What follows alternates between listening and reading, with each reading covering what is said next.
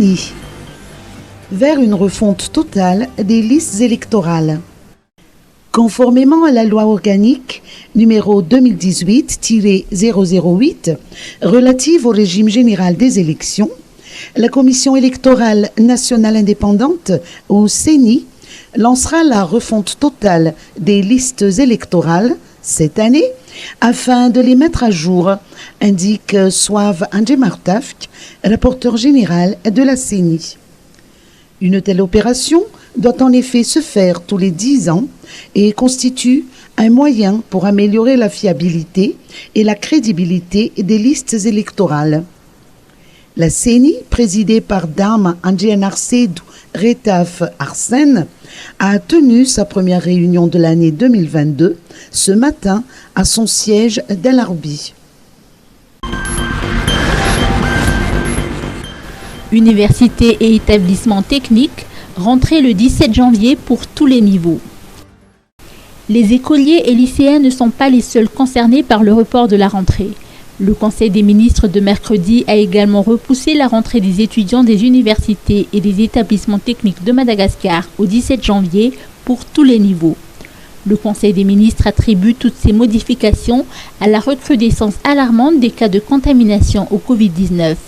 L'objectif est de rompre la chaîne de transmission et de donner la latitude à chaque établissement de renforcer les mesures sanitaires de protection des élèves, étudiants et corps enseignants. Andradzwil, pas de changement de constitution.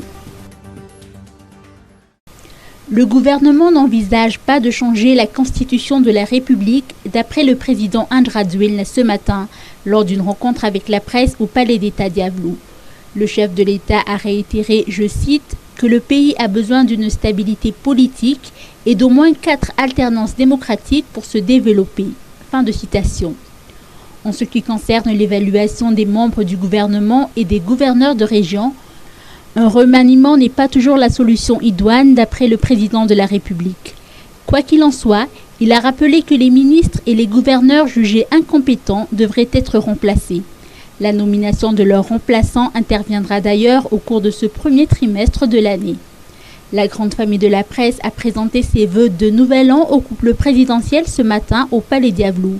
Ce fut une occasion pour le président de la République Andradzwil de réitérer l'importance du rôle des médias dans les efforts de développement. Jirama Indekalik, ouverture d'une enquête pour incendie criminel. La thèse d'un incendie criminel sur le transformateur numéro 1 de la centrale d'Indekalik n'est pas à écarter par les enquêteurs. Bien que la Jirama privilégie la piste d'un incendie accidentel dû à la vétusté de l'équipement, Erlaza Imbik, ministre de la Justice, confirme l'ouverture d'une enquête pour incendie criminel. La perturbation de l'approvisionnement en électricité ou en eau peut provoquer des troubles publics, a déclaré le ministre lors d'une conférence de presse qu'il a donnée jeudi à Faravouj.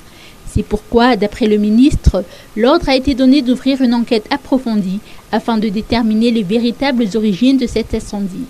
Cette enquête, diligentée par le procureur de la République près du tribunal de première instance de Thomas, est confiée à la gendarmerie nationale.